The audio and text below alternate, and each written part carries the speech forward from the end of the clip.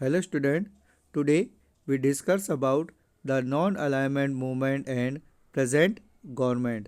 आज हम जो हमारी प्रेजेंट गवर्नमेंट है और जो नॉन अलाइनमेंट मूवमेंट है उसके जो रिलेशनशिप है उसके बारे में पढ़ेंगे. So start today's topic. India was also included in the major founding country of the non-alignment movement.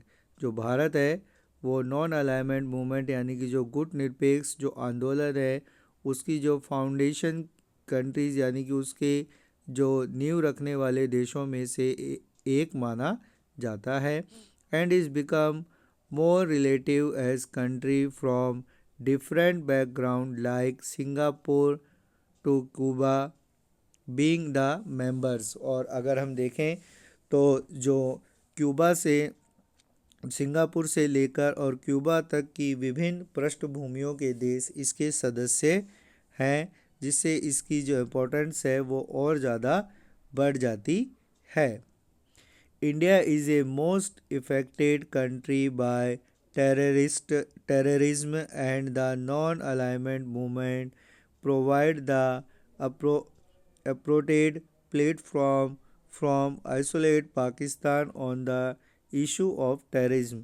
Bharat आतंकवाद पीड़ित देशों में सर्वाधिक प्रभावित देश है. मतलब भारत में अगर हम देखें तो टेररिज्म यानी कि जो आतंकवाद है उससे सबसे ज़्यादा नुकसान होने में भारत भी उसका प्रभावित देश है. और आतंकवाद के मुद्दे पर भारत ने पाकिस्तान को घेरने के लिए जो नॉन अलाइनमेंट जो मूवमेंट है वो एक महत्वपूर्ण भूमिका निभा रहा है. India has been working for many years to become a permanent member of UN Security Council and this required contribute for the support of non-alignment country.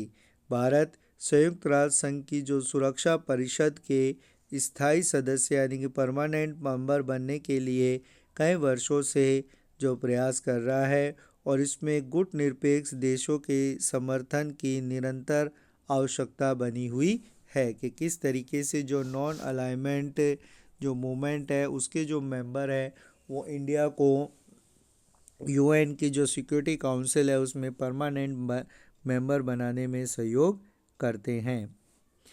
In view of the kind of foreign policy India is pressuring, the non-alignment policy is still the same importance as it was at the time of the establishment of the organization. अगर हम देखें तो भारत जिस तरीके से विदेश नीति का अनुसरण कर रहा है उसे देखते हुए गुट निरपेक्ष नीति का आज भी उतना ही महत्व है जितना इस जो संगठन है उसकी स्थापना के समय था. मतलब जो ये नॉन अलाइनमेंट मूवमेंट जब स्टार्ट हुआ था उस समय भी इसका इतना ही इम्पोर्टेंस थी जितनी कि आज है या आज के समय भी इसकी उतनी ही इम्पोर्टेंस है जितनी कि पहले मानी जाती थी. The next topic is new dimension of Indian foreign policy यानी कि भारत की विदेश नीति में नए जो तत्व जुड़े हैं उनसे रिलेटेड अब हम डिस्कस करेंगे. The main basis of Indian foreign policy is liberal reform economic area. अगर हम देखें भारत की विदेश नीति में मुख्य आधार आर्थिक क्षेत्र में उदारवादी सुधार है. मतलब किस तरीके से जो नया बदलाव जो इकोनॉमिक एरिया है आर्थिक जो क्षेत्र है उसमें किस तरीके से बदलाव किया जाए. India is a fast emerging economic in the world. अगर हम देखें तो भारत विश्व में एक तीव्र गति से उभरती हुई अर्थव्यवस्था के रूप में कार्य कर रहा है. There is a create character and continuity the of foreign policy no change in scene the any time.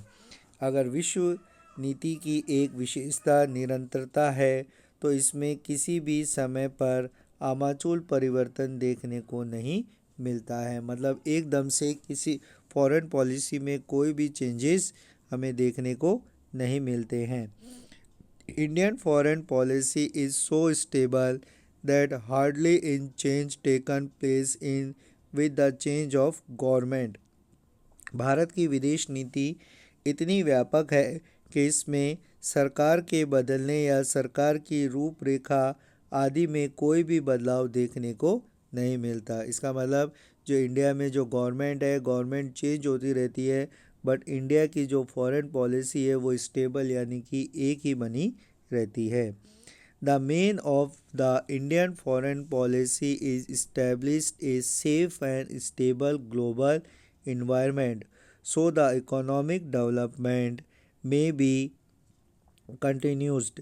यानी कि भारत की विदेश नीति का मुख्य उद्देश्य है कि एक सुरक्षित और स्थिर क्षेत्रीय पर्यावरण की स्थापना की जाए ताकि भारत का आर्थिक विकास कंटिन्यूसली यानी कि निरंतर चलता रहे। इस तरीके का इन्वायरमेंट डेवलप किया जाए कि जो इंडिया का इकोनॉमिक डेवलपमेंट है वो कंटिन्यू चलता रहे। Under the leadership of Narendra Modi government according to the tradition of Vasudev Kutumbakam give stress to follow a peace promoting and mutually constructive foreign policy।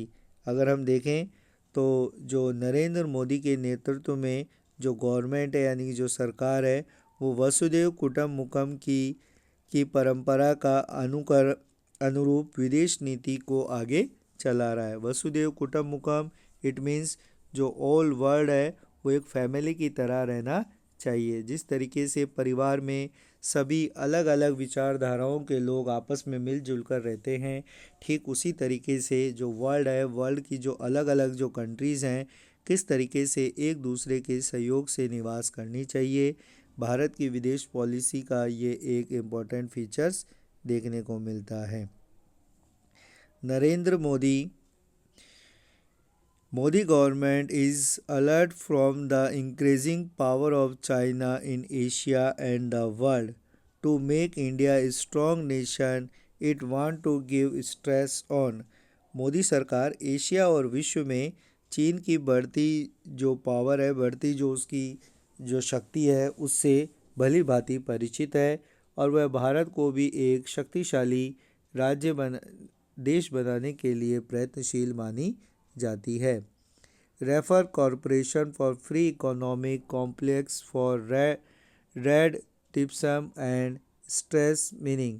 यानी कि जो भारत में अगर हम देखें तो भारत की जो पॉलिसी है उसके अंदर ये बताया गया है कि किस तरीके से जो भ्रष्टाचार है और जो लाल फीताशाही है उस पर किस तरीके से उसको हटाकर और भारत की विदेश नीति को एक मजबूत विदेश नीति के रूप में बनाया जाए।